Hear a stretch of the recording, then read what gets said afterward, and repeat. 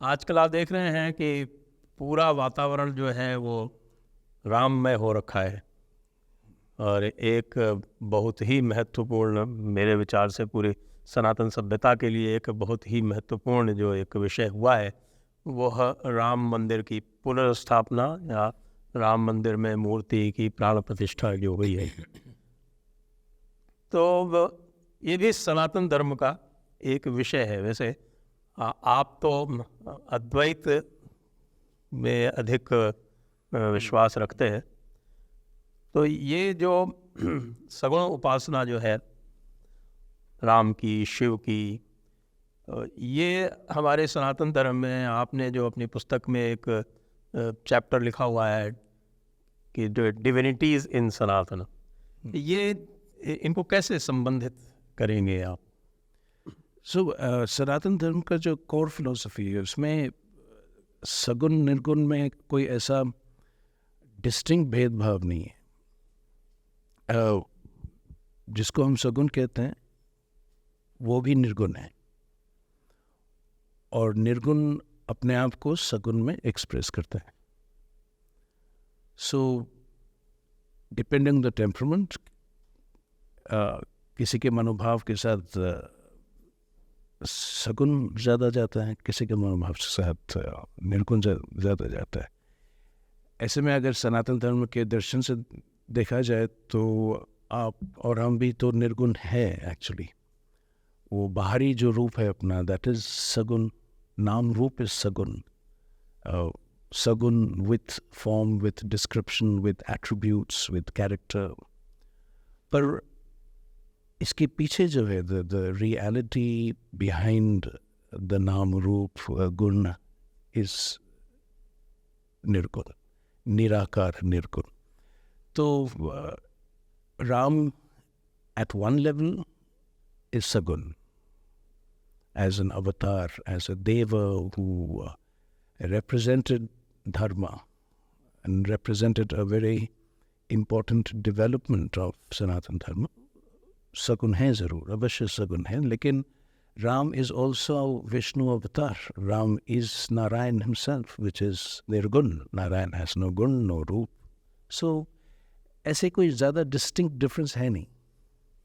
जी जी जी, वो मुझे याद आते हैं वो तुलसीदास जी ने सगुण और निर्गुण का बड़ा अच्छा मेन किया है।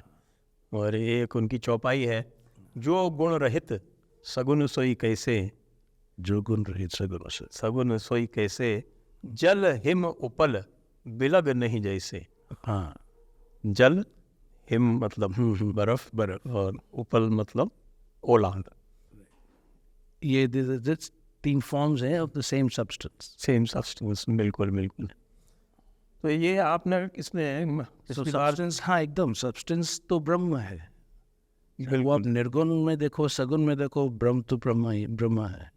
आपने इसमें फॉर्म्स ऑफ द डिवाइन, हाँ, ये जो एक आपका ये जो चैप्टर है द डिवाइन इन सनातन धर्म, फॉर्म्स ऑफ द डिवाइन, इसमें जो डिस्कस किए हैं, हाँ, उसके बारे में थोड़ा सा उसमें मैंने आई हैव डिस्कस्ड। और उसके साथ में आपने the symbol and the symbolised, हाँ, ये भी आपने डिस्कस किया है। वैसे जो प्रतीक है सनातन धर्म में, उसका बड़ा महत्व है।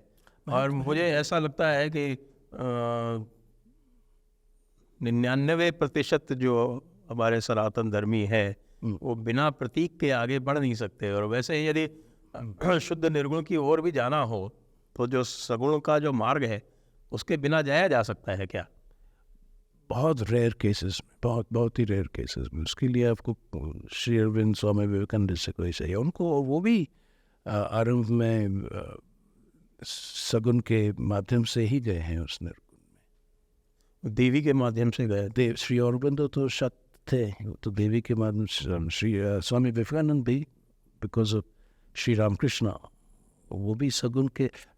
ऑल्दो स्वामी विवेकानंद का जो मनोभाव था दैट वाज निर्गुण अद्वैत, तो वो सगुन में एक्चुअली काफ़ी बाद में आए। After much of his realisations of the निर्गुण, फिर वो सगुन में आए, फिर वो माँ के पास वापस आए। जी, तो हाँ, मैंने I've written on Sri Krishna, Shiva, Ram.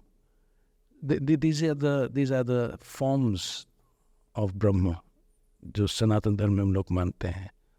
और ये प्रतीक भी हैं कि प्रतीक तो सब रूप ही प्रतीक होता है. Every form is a symbol. But this symbol should always be seen in terms of the symbolized. तो जो अगर हम सिर्फ प्रतीक को प्रतीक के ही रूप में देखें और उसके पीछे जो रियलिटी है, जो वास्तविकता है, उसको अगर हम ना देखें तो फिर प्रतीक प्रतीक ही होकर रह जाता है. तो उसका फिर इन कोर्स ऑफ टाइम अर्थहीन हो जाता है, फिर रिचुअलिस्टिक हो जाता है, उसका loses its spirit. So it's very, very important to see the pratik and that which the pratik represents. See the symbol and that which is symbolized. एक साथ. So सनातन धर्म का ब्यूटी इसी में है कि एक साथ दोनों को देखें, एक साथ दोनों को अनुभव करें.